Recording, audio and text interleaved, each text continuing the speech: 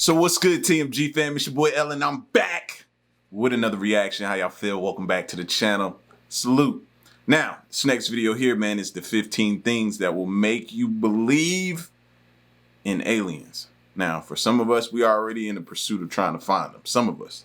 Some people still have some doubt. So let's see if this video can persuade them a little bit. If you're new, you know what to do. Hit that subscribe button, join the fam, and run those likes up. All right, let's check this out.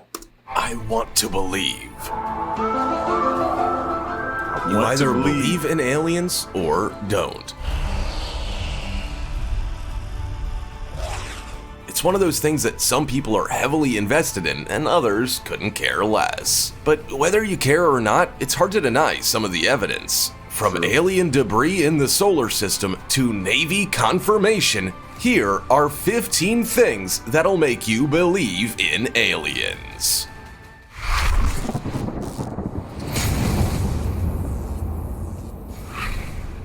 Number 15. The SETI Institute. Many of us are convinced that aliens exist, but apart from saying so, we're not doing much to find out. Fortunately, we don't have to feel guilty about that because organizations have been set up to help. One such organization is the SETI Institute, with SETI standing for Search for Extraterrestrial Intelligence. The SETI Institute is a not-for-profit research organization situated in the heart of Silicon Valley near NASA's Ames Research Center. This is a good start though for us though. We need to find out what a lot more of these agencies' names are. SETI, who else do we have out here? And then we can kind of hone in on, okay, what have they found? If they've released anything, who works for them? Maybe we can interview the people. I think this is a good starting point.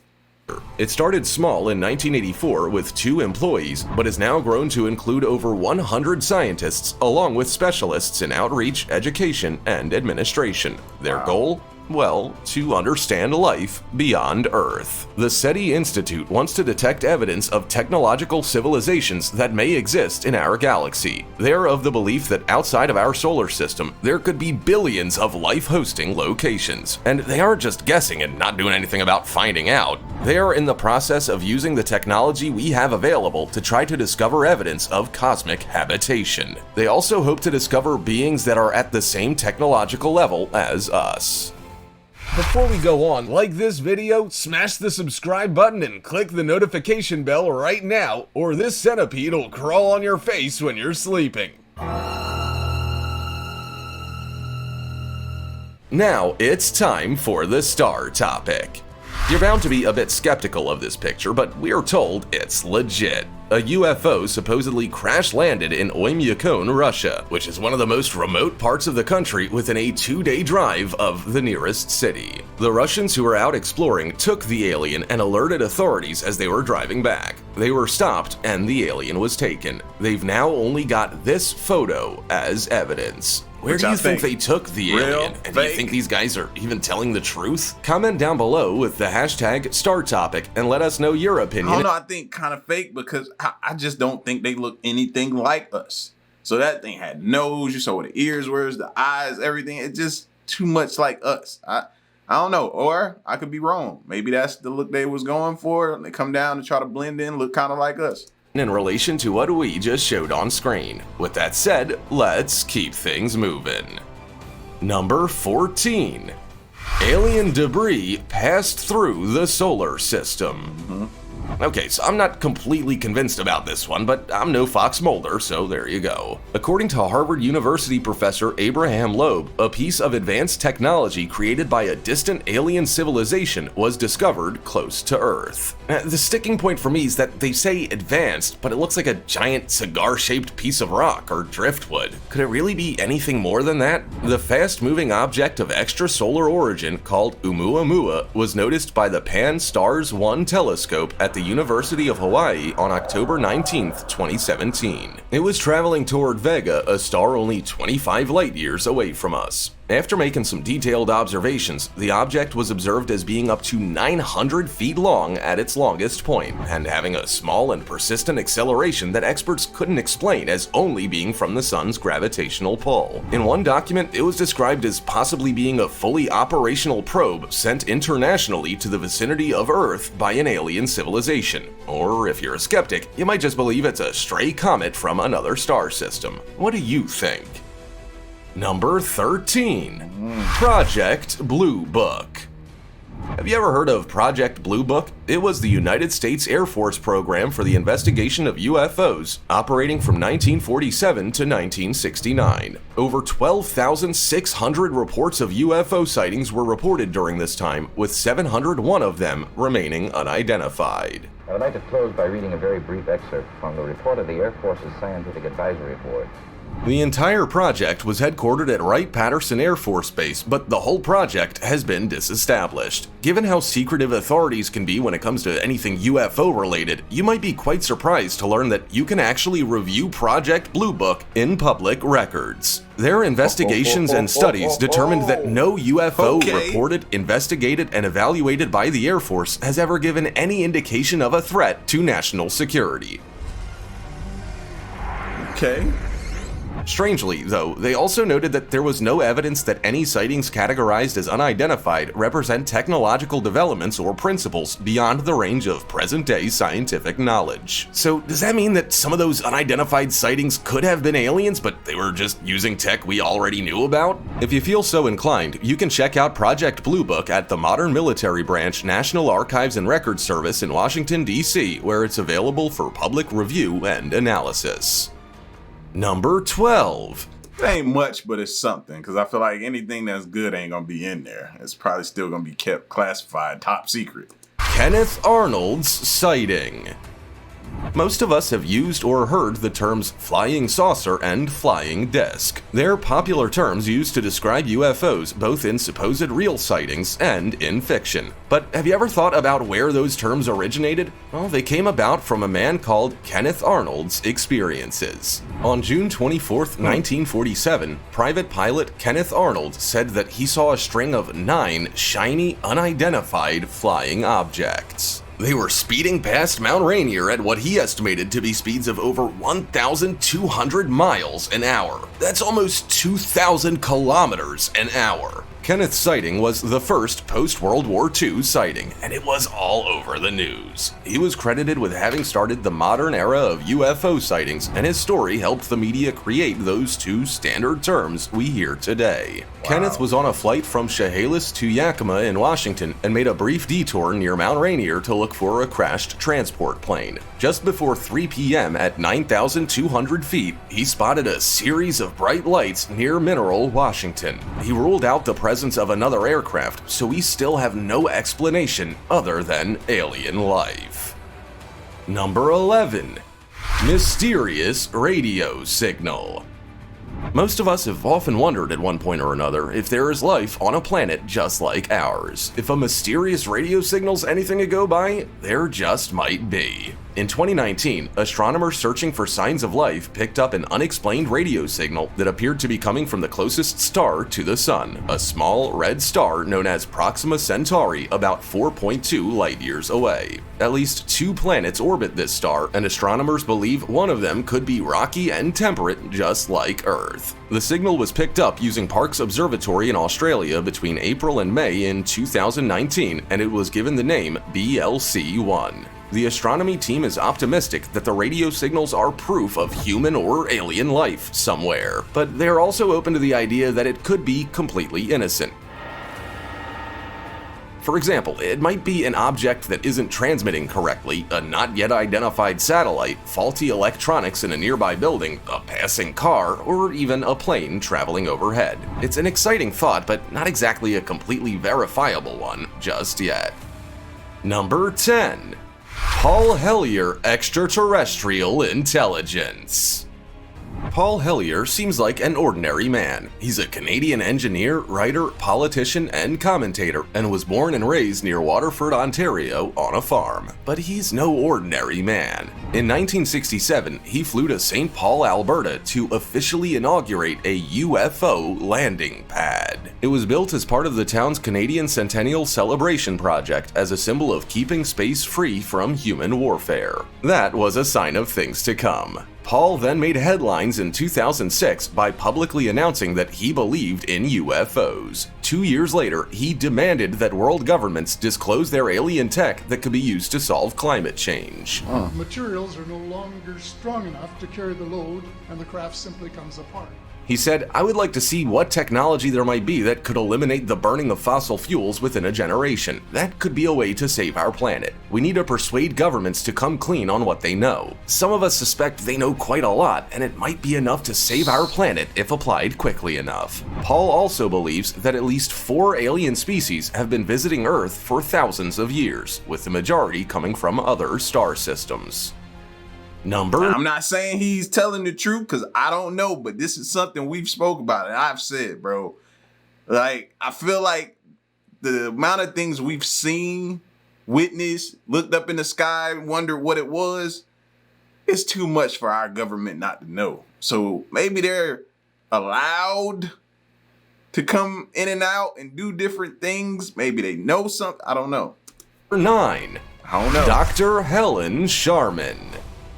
Dr. Helen Sharman was the first Briton to go into space. She made history when, in 1991, she traveled to the Soviet space station Mir, a space station that operated in low Earth orbit from 1986 to 2001. It's perhaps this experience that's made her say things like, "Aliens exist, there's no two ways about it. There must be all sorts of different forms of life." Dr. Sharman is a chemist who now works in London at Imperial College. She said that aliens may not consist of nitrogen and carbon as we do, but that they could be here now and we just can't see them. Dr. Sharman is a pretty smart woman, so most people would be inclined to agree that there may be some truth in what she's saying. Although you're in this tiny cramped capsule for another couple of days until you get to the space station. I mean, she is a chemist and an astronaut. She's also the first privately funded woman to head to space and the first British and Western European person. Dr. Sharman is... So she got the credentials, if I can get that word out. She got the credentials, so... Oh, but... people need some more persuading. Okay, let's keep going. Also received so many awards, she probably can't keep track of them all. But there are some real stunners in there, like bronze, silver, and gold medals from the Royal Aero Club and an honorary fellow of the Royal Society of Chemistry. She's also been awarded the Medal for Merit in Space Exploration, and a school in Assen, Netherlands was named after her. Number 8. Navy confirms existence of UFOs in leaked footage. It can sometimes seem like the only footage that authorities release to us regarding UFOs are those that have been debunked. The UFOs in the footage tend to be mundane things like drones. But now, the Navy has had to confirm UFO footage as real and under investigation, purely because it wasn't supposed to be released to the public in the first place. And the footage is very telling. It was published by To the Stars Academy of Arts and Science, along with the New York Times. It was called gimbal footage and showed an encounter near San Diego in 2004 between an unidentified aerial phenomenon and a Navy fighter jet. According to the opening lines of the footage, it's been declassified and approved for release. But that wasn't the case, and you can kind of understand why. Unaltered footage was taken by a Raytheon Couldn't really tell what he was saying though. advanced targeting forward-looking infrared pod that has incredible tracking systems. US fighter pilots can be heard trying to make sense of what they're seeing, even though they're highly trained observers. It's clear they haven't seen anything like it before. As they're flying, they catch sight of a lightning-fast object and say, "Look at that thing, dude, it's rotating. What the f*** is that thing? Where's Mulder and Scully when you need them?" Number 7. The Roswell UFO Incident. One of the most famous. In 1947, rancher Mac Brazel found a bunch of debris in his sheep pastures just outside of Roswell in New Mexico. To him, it looked like a collection of metallic sticks stuck together with tape and foil and plastic reflectors. He also noticed a heavy, glossy, paper-like material. It was unlike anything he had ever seen. He called the sheriff in Roswell, and the sheriff called officials from the nearby Roswell Army Air Force Base. The next thing Mac knew, soldiers were descending on his field, gathering the debris and taking it away in armored trucks. Air Force Base officials told everyone that it was a crashed weather balloon, but others aren't so sure. Their suspicions were further heightened when they carried out dummy drops of weather balloons to make it seem like it was completely normal. Half a century later, the US military issued a report that linked that particular incident to a top-secret atomic espionage project called Project Mogul. It was apparently so top secret that even the soldiers collecting the debris didn't know about it. Even that official report has not been enough to stop people from visiting Roswell and the crash site annually. Number 6. UFOs in Montana. In March 1967, Robert Salas was a missileer stationed at the Malmstrom Air Force Base in Montana in the early hours of the morning. He formed part of a two-person crew, and his commander was resting. Robert was awake and alert when security guards above him alerted him to strange lights in the sky. He thought they were just pulling his leg, but then he saw it for himself. There was a glowing, red, oval-shaped object about 40 feet in diameter hovering above the front gate. Then the missiles malfunctioned and became temporarily inoperable. Coincidence? Doesn't seem that way. The next day, his commanders asked him to sign a non-disclosure agreement pledging that he would never talk about the incident. He said that haunted him because it was clearly an unidentified flying object that no one could explain. Robert believes the Air Force secretly investigated it. He's still convinced that it's not of this Earth and wasn't built here. He said it was able to send signals to each of their missiles, disrupting the guidance and control in each one until the strange object left. That's the scary part right there. The potential of what it can do. That completely disarm us. What are we gonna do now? What's our backup plan? Number 5. Flatwoods Monster. At dusk on September 12, 1952, in Flatwoods, West Virginia, brothers Ed May, 13, and Freddie, 12, were playing in their schoolyard with their friend Tommy, 10. Suddenly, they noticed a red light streak across the sky and crash into a nearby farm. The boys raced to get the May brothers' mother, and she, along with the boys, their dog, and a few more of their friends, made their way to a hill to see where it had landed. Upon seeing what it was, they fled in terror. One of the boys wet his pants, and the dog ran with his tail between his legs. Bad idea. Gene Lemon, a 17-year-old who had joined the group, saw bright eyes in a tree. He screamed and fell backward when he saw a 10-foot monster with a green, glowing face and a blood-red body. He believes the creature may have had claws, but the dense mist made it hard to tell. It was such an unusual situation that a U.S. Air Force UFO inquiry was launched as part of Project Blue Book. It has been the only what you would call credible sighting, but the small town has been in a state of awe ever since. Number 4. It's funny, you know those small towns gonna capitalize every chance they get, bruh. 4. Betty and Barney Hill's alien abduction story.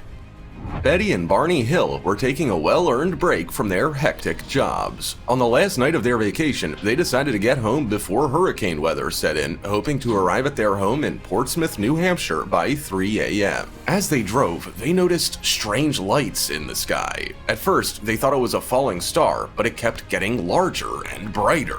Eventually, they decided to pull over and look through binoculars to see what it was. It was then that they noticed it was an object spinning through the air. When it hovered 100 feet above them, Barney raced into a field and said it was as big as a jet and as flat as a pancake. He also noticed rows of windows and beings in gray uniforms. Thinking he was about to be captured, he raced back to the car and they took off. Before long, they heard rhythmic beeping in their car's trunk and lost consciousness. 2 hours later, they woke up about 35 miles down the road. It was only with help from a psychiatrist and neurologist after experiencing disturbing dreams and anxiety that they were able to piece together what happened. Nah, Will Smith showed up and flashy thing him. He gave him the flashy thing, that's what it was. Betty and Barney believe they had been abducted and had examinations performed on them.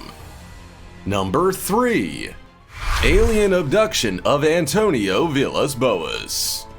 While some believe Antonio Villas-Boas' story is a hoax, he maintained the same story until his death. That would be hard to do if you were lying. Antonio, a Brazilian farmer and later a lawyer, believed he was abducted when he was working at night to avoid the day's hot temperatures. In 1957, he noticed a red star that approached him, growing in size until it appeared to be an aerial craft with a red light and rotating dome structure. As it landed on 3 extending legs, he ran from the scene. His tractor lost power and he tried to continue on foot before a 5-foot-tall humanoid in gray overalls and a helmet seized him. 3 similar beings helped subdue him and carry him on board their craft. He was stripped naked, covered in a strange gel, and led into a room featuring red symbols which he later produced for investigators. The beings took blood samples from his chin and he was put in a third room with gas that made him ill. A female humanoid joined him in the room with blue cat-like eyes and a small chin. Her hair— Why would they want our blood samples though? I don't know what they're doing with it, but I don't like it. Hair was platinum blonde and her underarm and pubic hair were bright red. He tried to steal a clock-like device to prove what happened, but he was caught. When he finally returned home, 4 hours had passed. Number 2. Phoenix Lights. The Phoenix Lights, which you may also hear referred to as Lights over Phoenix, was a series of UFOs seen in the skies over Arizona, Nevada, and the Mexican state of Sonora in 1997. Thousands of people saw the lights between 7:30 p.m. and 10:30 p.m. on March 13th, covering a space of approximately 300 miles from the Nevada line to the edges of Tucson. People saw a triangular formation of lights pass over the state, followed by stationary lights in the Phoenix area. According to some sources, the U.S. Air Force identified the second set of lights as flares from an A-10 Warthog on a training exercise in southwest Arizona. However, that doesn't explain the triangular formation. A newspaper published a photo with a caption that read, "For 106 minutes on March 13th, people saw something like this V-shaped object flying over Arizona. UFOs? The only thing certain is that it still haunts them." Adding some weight to the event is that one of the witnesses of the lights was the governor of Arizona at the time. He said they appeared to be otherworldly.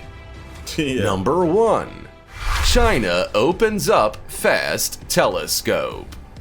China is home to some pretty incredible scientists, and because they have incredible scientists, they also have incredible scientific equipment, including the Fast Radio Telescope. It's the largest of its kind in the world, spanning 640 feet wide and located in the southwestern region of Guizhou. It's so huge and well positioned that it can detect signals that no other telescope on Earth can. Therefore, it has massive potential to pick up extraterrestrial communications. Before 2021, no professionals outside of China were allowed to use the telescope, but that's all changing. In 2021, they decided to open up use to foreign scientists, including those looking for alien life. From April, researchers were able to submit proposals, and they would be eligible for up to 10% of all available use slots. So far, the telescope has been used to detect and identify 99 neutron stars called pulsars that spin so quickly other telescopes can't pick them up. Researchers are also in the process of collecting signals that could be emitted by extraterrestrial intelligence or humans. However, given that 99% of the signals are just noises, there's a lot of data to work through. I'm a skeptic, but I don't know. Some of the stories we've been hearing lately have me questioning my own beliefs. Could there be life out there? Is there something bigger and more advanced than us out there? I'd love to hear your thoughts and stories. Exactly. Because I think now with all the evidence and different things that we have now to present to people, I feel like back in the day, it was more skeptical people than in people that believe. But now I feel like that's changed. That balance is tipped the other direction. I feel like it's either even or slightly more people who believe than that are skeptical. You know what I mean? But these are some legit. Some of these just feel like too real to be made up. To me, just to me. You know what I mean? So y'all get at me in the comment section, man, and let me know what you thought. How does it make you feel? And are you still able to trust people who says, man, y'all are just seeing stuff, the government got this, blah, blah, blah. No, no, no, no, no, no, no. This was 15 things that will make you believe in aliens, man. Y'all get at me in the comment section and stick around and stay tuned. The next one I'm gone. Peace.